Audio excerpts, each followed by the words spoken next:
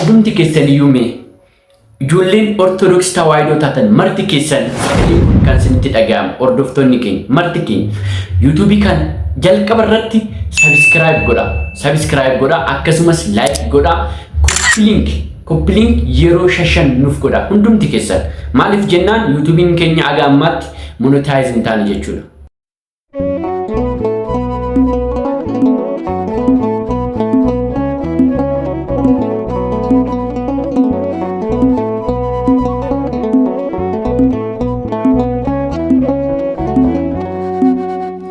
Nageenyi Waaqayyoo isiniif haa baay'atu hordoftoonni chaanaalii Urjii Tawaahidoo marti keessan akkam jirtan akkam yoo nageessan akkam turtan baga guyyaa jaalatamaaf kabajamaa kanaan geessan baga geenya. Egaa maatiiwwan Waaqayyoo har'a wanta addaan qabadhee dhufe innis maalidha yoo jettan egaa akkuma beekamu chaanaalii kana irratti faarfannaawwan garaagaraa akkasumas immoo walaloowwan garaagaraa akkasumas walumaan qabatti sagalee Waaqayyoo akkasuma wanta afuurawaa asirratti kan gadhiisaa turredha jechuudha. Ammas immoo haala adda ta'een qophii garaagaraa qabannee akka dhufnuuf maatiiwwan Waaqayyoo hundumti keessan nu jajjabeessaa. Maaliif jennaan namoonni baay'een biyaansi sabiskiraayibii 2,900 ol qaba jechuudha. Garuu immoo namni ilaalaa jiru dhugaa dubbachuu fi nama 80 sanuyyuu isaa torban tokkofaatti. Kanaaf kan akka naaf sirreessitan maqaa Waaqayyoon sin gaafadha. Maaliif yoo jenne amma osoo gara waan alamaawii yookaan wanta addunyaarra hojjenne jechuudha agam akka ilaalamu dhuguma dubbachuuf sinuyyuu hin beektu jechuudha. Maaliif jennaan osoo wanta afuurawaa hojjechuu baannee waan biraa wanta alamaawii yookaan addunyaa kana hojjenne YouTubein keenya agam akka deemu akkasumas immoo agam akka ilaalamu guyyaa guyyaan ni ilaala jechuudha. Kanaaf hundumti keessan iyyuume ijoolleen Ortodoksii Tawaahidoo taatan marti keessan sagaleen kun kan isinitti dhaga'amu hordoftoonni keenya marti keenya YouTube kan jalqaba irratti subscribe godha akkasumas like godha copy link yeroo shashan nuuf godha hundumti keessan maaliif jennaan YouTubein keenya aga ammaatti monetize hin taane jechuudha. Dhuguma dubbachuuf isaaf duwwatti deebi'aa jira. Kanaaf bannes YouTube keenya akka monetize nu ta'uuf hundumti keessan aga xumuraatti viidiyoo ilaaluudhaan viidiyoo argitan immoo share gochuudhaan akkasumas immoo yeroo argitanitti copy linkii shashan gochuu akka hin daganne kara YouTubetiin jechuudha. Maatiiwwan Waaqayyoo maaliif dubbadhee qophii garaagaraatiin dhufuuf jirra jechuudha. Waaqayyoon yoo nu gargaare qophii garaagaraatiin wanta afuurawaa irraa barachuu dandeenyuun kina xibabii garaagaraa diraamaa garaagaraa akkasumas walaloo garaagaraa gaaffiif deebii garaagaraa qophoofnee akkasumas immoo barsiisota irratti affeerree akka dhufnuuf sin gargaarsi keessan nu barbaachisa jechuudha maatiiwwan Waaqayyoo. Kanaaf hundumti keessan dirqama kiristaanummaa keessan sagaleen Waaqayyoo akka lallabamuuf akkasumas immoo jechi Waaqayyoo handara lafa hundatti akka dhaga'amuuf bifa miidiyaa keenya kanaan akka nu jajjabeessitan maqaa Waaqayyoon sin gaafanna. Dhuguma dubbachuuf osoo amma nuti jireenya afuurawaa kana dhiisnee wanta foonii kana osoo gaggeessine yookaan osoo sirbine yookaan osoo wanta tokko goone agam akka ilaalamu biyaansi guyyaatti jechuudha 1,100 faa ilaalama jechuudha. 200 faa ilaalama amma fakkeenyaa fi osoo wanta tokko uumanii kontektii garaagaraa irratti jechuudha waan tokko hundeessanii bakka wanta waldhaa kana yookaan immoo wanta jireenya afuurawaa irraa gargar ba'e jechi koo wantuma bakka kinoo tapha kana osoo asirratti hojjenne agam akka ilaalamu ni beektu. Kanaaf nutis immoo sagalee Waaqayyoo akka baratamuuf asirratti akkasumas immoo sagalee Waaqayyootiin dubbii Waaqayyootiin akka utubamnee jiraannuuf gaaffiif deebii akkasumas kina xibabii ogummaalee garaagaraa mana kiristaana kan ta'e hundumasaa akka asirratti qopheessinuuf jalqaba maaltu deeggarsi keessan nu barbaachisa jechuudha maatiiwwan Waaqayyoo. Egaa akkuma ilaalaa jirtan YouTubein keenya takkattaayii hedduu qabachaa jira. Amma yeroo dhiyootti 3,000 galuuf jira jechuudha. 3,000 immoo nu galchaame. Yeroo dhiyootti 3,000 nu galchaati qophii garaagaraatiin ni dhufna obboleewwan keenya maqaa waaqayyo isin gaafanna. Maaliif egaa nu biratti hin baratamne aadaan kun yookaan immoo aadaan wal deeggaruu akkasumas immoo ol faana ta'anii wal jajjabeessuu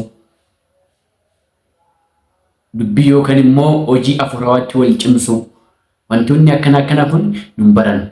Kanaaf akka nu baratuuf obboleewwan keenya ammumarraa kaatee dirqama kiristaanummaa keessan baadhaa isiniin jenna. Dhuguma dubbachuu fi osoo waan biraa hojii biraa dalagne agam akka ilaalamu ni beekna gati ta'eef. Kanaaf wanta haaraadhaan akka dhufnuuf sirriitti nu ilaalaa akkasumas immoo viidiyoo keenya akkuma argitanii jalqaba irratti warroonni mana kanaaf haaraa taatan sabiskiraayib gochuu hin dagatina. Akkasumas laayik godhaatii koppii liinkii shashan godhaatii bira nuuf darbaa maqaa waaqayyoon sin gaafanna jechuudha. Kana kan siif wanti jedheef agammaa ilaalamaa jiru viidiyoo nuti hojjennu waan isaa nuuf hin galle. Jechi koo amma fakkeenya faarfannaa yeroo dhiyootti gadhiisni ni jira. Faarfannaan ayyaana fannoo yookaan ayyaana masqalaa. Dhugaa dubbachuu faarfannaa sana baay'eetti dadhabne. Jechi koo viidiyoo isaas aadiyoo isaas baay'eetti dadhabne hojjenne garuu immoo yuutuubii keenya irratti yoo gadhiisnu biyaansi nama kan ilaale jechuudha. Kan ilaale viiwursiin yookaan immoo viiwuun isaa jechuudha akkuma lama kan hin caalledha. Osoo sirbatee fakkeenyaaf amma sirba Addis Ababaa jedhu sana yoo fudhattan biyaansi inni meeqa seenii miliyoona jechuudha. Miliyoonan kan ilaalamedha. Garuu yoo faarfannaa ta'e yoo sagalee waaqayyoo ta'e in ilaalama. Kanaaf akka akkas hin taane maatiiwwan waaqayyoo hundumti keessaniyyuu nu ilaalaa nu jajjabeessaa kana caalatti immoo kontektii garaagaraatiin akka jabaannee sagalee waaqayyootti cimnee mana isaa keessatti akka guddan waaqayyoon nu gargaaru gargaarsi keessanis nu barbaachisa jechuudha. Innis maalidha yoo jenne yuutuubii keenya sheer gochuudhaan akkasumas immoo obboleewwan keenya biraan geessanii koppii liinkii gochuu akka hin daganne maqaa waaqayyoo sin gaafan har'a wantuma kanaafan dhufe jechuudha. Maaliif jennaan bu'uura wanta ta'edha. Bu'uura yoo isiniin jedhu osoo nuti hojjechaa jirru yookaan immoo osoo nuti viidiyoo kana dalagaa jirru yoo immoo hin ilaalamne maaltu irraati kan jedhu gaaffii nutti uuma jechuudha.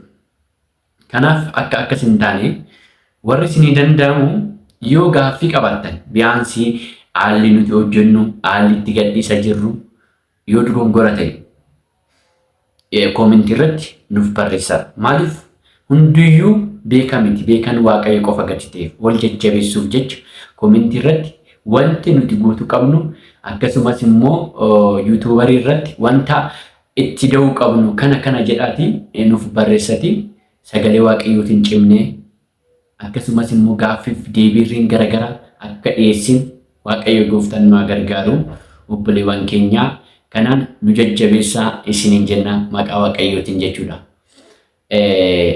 Akkuma beekamu yuutuubii keenya erga banne waggaa guutee jira jechuudha. Waggaa tokko kan waggaa lama jidduutti sabiskiraayibii 2,900 irra jira. Yeroo dhiyootti immoo 3,000 nu galchitan abdii qabna jechuudha. Nutis immoo wanta haaraadhaan akka dhufnuuf akka nu jajjabeessitan maqaa waaqayyoo isin gaafannaa. Tajaajila garaagaraatiin biizii ta'aniiti hin beektan tajaajilli immoo ni jira akkasuma tiktookiin FB'n garaagaraa ni jira. Kanaaf isa sanaaf bannee obboleewwan keenya ammaan booda garuu bifa haaraa ta'een akka irraa barachuu fi hubachuu dandeessanitti isiniif qopheessuuf qophaa'aa jira. Kanaaf deeggarsi keessan yuutuubii kan warroonni hin ilaalle warroonni mana kanaaf haaraa taatan sabiskiraayib gochuu warroonni immoo ilaalaa jirtan sheer gochuu warroonni ilaaltanii bira darbitan immoo laayik gottanii koppii liinkii akka nuuf gootan maqaa waaqayyo gooftaa keenya fayyisaa keenya Yesuus Kiristoos sin gaafannaa. Nuti si kadhannee hin beeknu garuu har'a maaliif yoo jenne monetaayiz nu ta'uu dide jechuudha yuutuubiin keenya. Iswiich taayimii yookaan immoo namoonni baay'een ilaalan jiran dhugaa dubbachuuf yoo dubbanne yoo ilaalanis jalqabaa kaasanii aga xumuraatti hin ilaalan. Kanaadha jechuudha. Maaliif yuutuubii irratti yoo bu'aa argamsiisne yoo jenne jalqabaa kaasnee wanti sun maal akka ta'e jalqabaa irraa kaasnee haga xumuraatti yoo hordofne yuutuubii keenyaafis bareedaa monetaayiz yookaan immoo sa'aatiin keenyas nu guutuu danda'a. obboleewwan keenya. Kanaaf sa'aatiin keenya waan hin guunneef adda kokkunnee obboleewwan keenya kanaan nu jajjabeessaa maqaa Waaqayyoo sin gaafannaa. Wanta haaraan immoo akka dhufnuuf Waaqayyo Gooftaan nu haa gargaaru. Kan nu kakaasee nu jalqabsiisee kan nu xumursise maqaan Waaqayyo Gooftaa keenya Fayyisaa keenya Yesuus Kiristoos kan galateeffameef kan kabajamee nuuf haa ta'u. Waswaata ለእግዚአብሔር ወለወላዲቱ ድንግል ወለመስቀሉ ክቡር ይቆየን።